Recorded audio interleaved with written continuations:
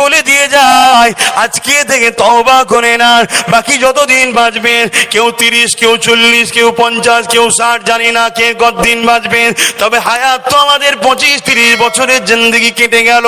এ যুবকেরা, তরুণেরা, যার 20 বছর বয়স হয়ে গেছে